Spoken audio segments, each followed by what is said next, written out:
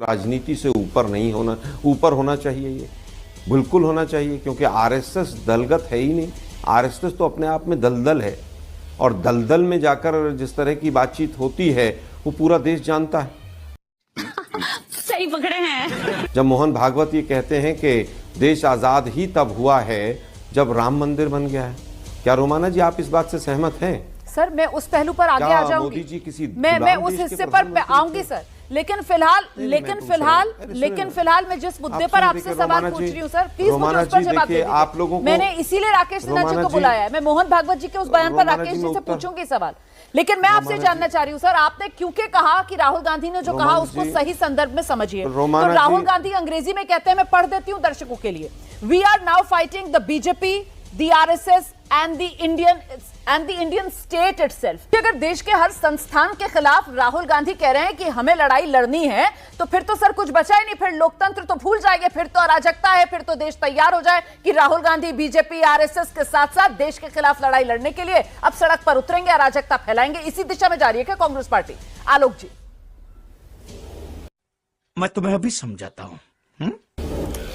देखिए, मुझे लगता है कोई भी बिकाऊ या गोदी मीडिया होगा तो जरूर वो इसका यही इंटरप्रिटेशन करेगा जो आपने किया है।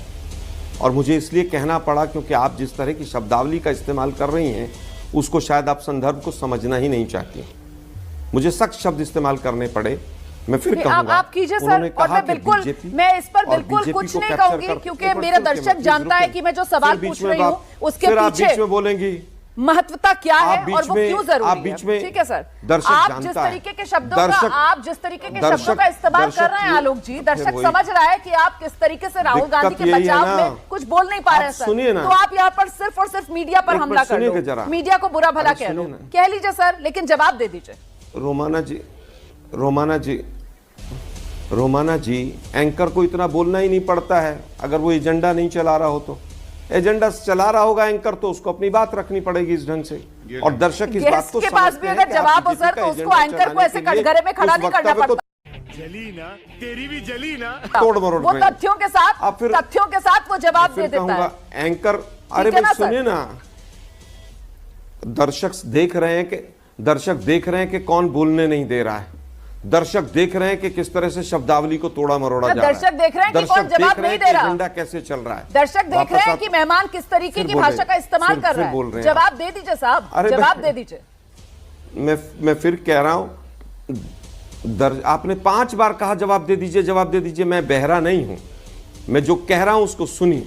दर्शक ये भी जानता है कि हिंदुस्तान के मीडिया का एक वर्ग पूरी तरह से बिक चुका है।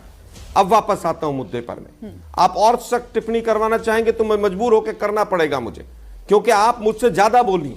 सवाल पूछने वाला उत्तर देने वाले से ज्यादा बोलता है, तो एजेंडा कहते हैं उसको। वापस आता हूं। उन्होंने कहा कि तमाम जो संस्थान है वो बीजेपी ने कैप्चर किए। ठीक है, बीजेपी की पार्टी है। उसके बाद आरएसएस ने तमाम संस्थानों को कैप्चर किया, और कहीं ना कहीं वो तमाम जो संस्थान है वो सरकार का हिस्सा है। और ये संदर्भ में किस में कहा गया? इलेक्शन कमीशन के संदर्भ में। लेकिन दुर्भाग्य यह है कि पूरा बयान आप दिखाएंगे नहीं कि इलेक्शन कमीशन ने जिस तरह से महाराष्ट्र और हरियाणा के संदर्भ में वोटर लिस्ट देने से कि लोकसभा में कौन से वोटर थे और विधानसभा में कौन से वोटर थे, वोटर लिस्ट देने से मना कर दिया। हिंदुस्तान का कोई चैनल उस पार्ट को नहीं चला रहा है कि हमें इलेक्शन कमीशन से लड़ना पड़ रहा है। और लड़ने का मतलब यह नहीं होता तलवार लेके लड़ा जाता है।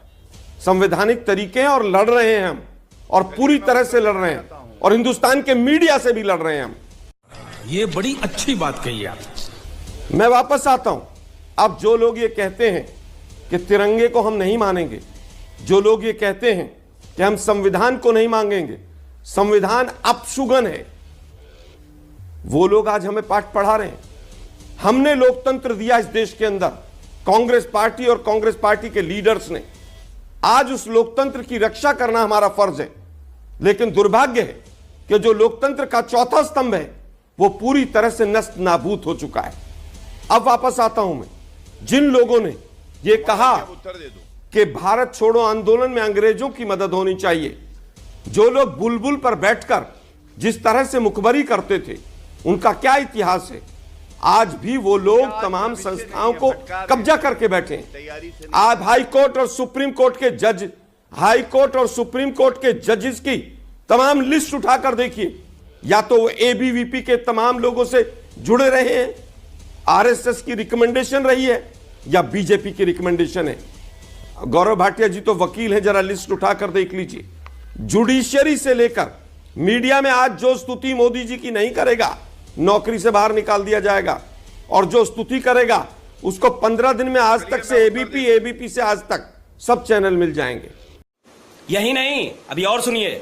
आप मुझे जानते होंगे, मैं पिछले 15 साल से मीडिया के साथ जुड़ा हुआ हूं। जो दुर्भाग्य मैंने देखा है मीडिया का, अब वापस आता हूं, सुनिए ना रोमाना जी, आपने गलती कर दी शुरू में, आपने मुझे छेड़ दिया, आप मुझे शांति से बात रख दी है और जवाब देने की बजाय आप जो है यहाँ पर वोट अबाउट करते हुए नजर आए। नहीं सर, मैंने बहुत शांति से आपकी बात सुनी यहाँ पर, लेकिन कांग्रेस जो है वो जवाब देती हुई तो मुझे नजर ही नहीं आई। राकेश सिन्हा जी, मुझे एक बार भी वो जवाब नहीं मिला, और आलोक शर्मा जी मुझे बार बार कह रहे हैं कि मैं सुन नहीं रही हूं चुपचाप। मैंने यह प्रवचन देने के लिए तो नहीं बुलाया सर, जो मैंने सवाल पूछा उसका जवाब मुझे मिल नहीं रहा है। मैं फिर से दोहरा दूं कि राहुल गांधी राजनीति कर रहे हैं, राहुल गांधी बीजेपी का विरोध करें, हमें कोई आपत्ति नहीं है भाई, उनका काम है, वो विपक्ष के अंदर है, वो आरएसएस की आलोचना करें, जो वो करते आए हैं सर, उसको लेकर हम लोग चर्चा करते हैं। लेकिन आज तकलीफ एक भारतीय नागरिक के तौर पर इस बात की मुझे हो रही है कि साहब राहुल गांधी आरएसएस बीजेपी का विरोध करते करते देश की सरकार और देश उसमें फर्क करना ही भूल गए। क्या कह रहे हैं राहुल गांधी?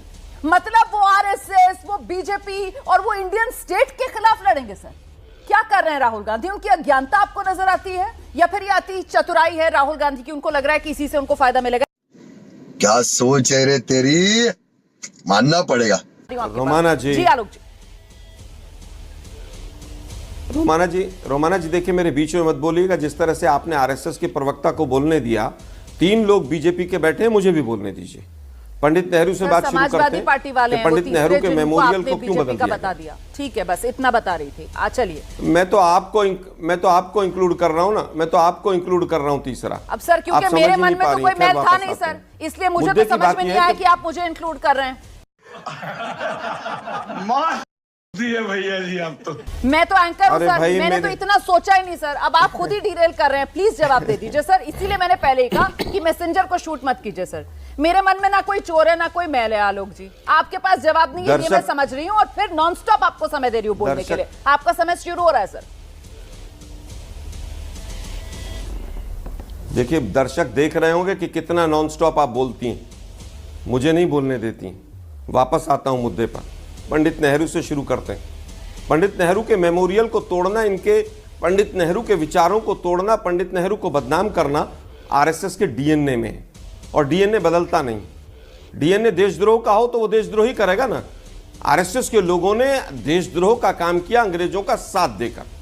स्वतंत्रता सेनानियों की मुखबरी करके इन्होंने पूरी तरह से देशद्रोह का काम किया। हम कह रहे हैं आप मेमोरियल बना देते, 4 बनाओ ना मेमोरियल, किसने मना किया?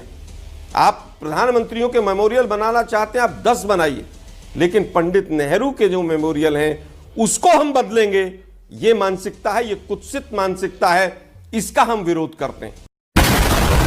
बेशर्मो शर्म करो शर्म।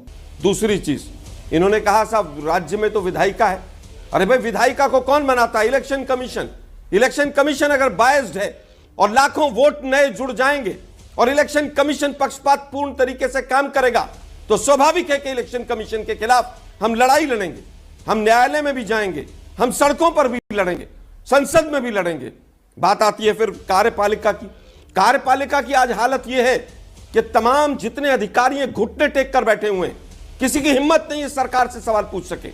सीएजी की क्या हालत कर दी है, तो आपने भी देखा, हमने भी देखा है। जिस तरह से न्यायपालिका के ऊपर मैंने प्रश्न उठाया, न्यायपालिका के तमाम जो फैसले हैं वो तमाम कटघरे में खड़े हुए हैं। कल ही सुप्रीम कोर्ट ने एक फैसले पर अहमदाबाद हाई कोर्ट के ऊपर जो सवाल उठाया है, वो शायद किसी मीडिया ने नहीं दिखाया होगा, कि रेप के अंदर 3 साल की सजा दे दी गई है। राहुल गांधी के ऊपर भी इतना मोटा बंडल लगाया था वहां से अहमदाबाद हाई कोर्ट में, और उसके बाद सुप्रीम कोर्ट ने क्या किया था वो भी देखा होगा। आप देखिए कि किस तरह से एक विचारधारा के लोग जुडिशरी में घुस रहे हैं। हालत यह है कि मोदी जी का हाई कोर्ट के अंदर जन्मदिन मनाने का काम हो रहा है। क्या ये सही नहीं है? क्या ये देशद्रोह नहीं है? आप लोग केवल और केवल बीजेपी की भाषा बोलते हैं रोमाना जी, इसलिए आप लोगों के ऊपर गुस्सा आता है। क्या बात है सर, क्या बात है सर, क्या बात, ये बात है। राहुल गांधी जी ने जो बात कही है वो पूरा परिप्रेक्ष्य में सुनाइए उस बात को। उस बात को उन्होंने इलेक्शन कमीशन के मामले में बोला है कि जिस तरह से इलेक्शन कमिश्नर की रिक्रूटमेंट है, तमाम चीजें हैं, वो गलत है।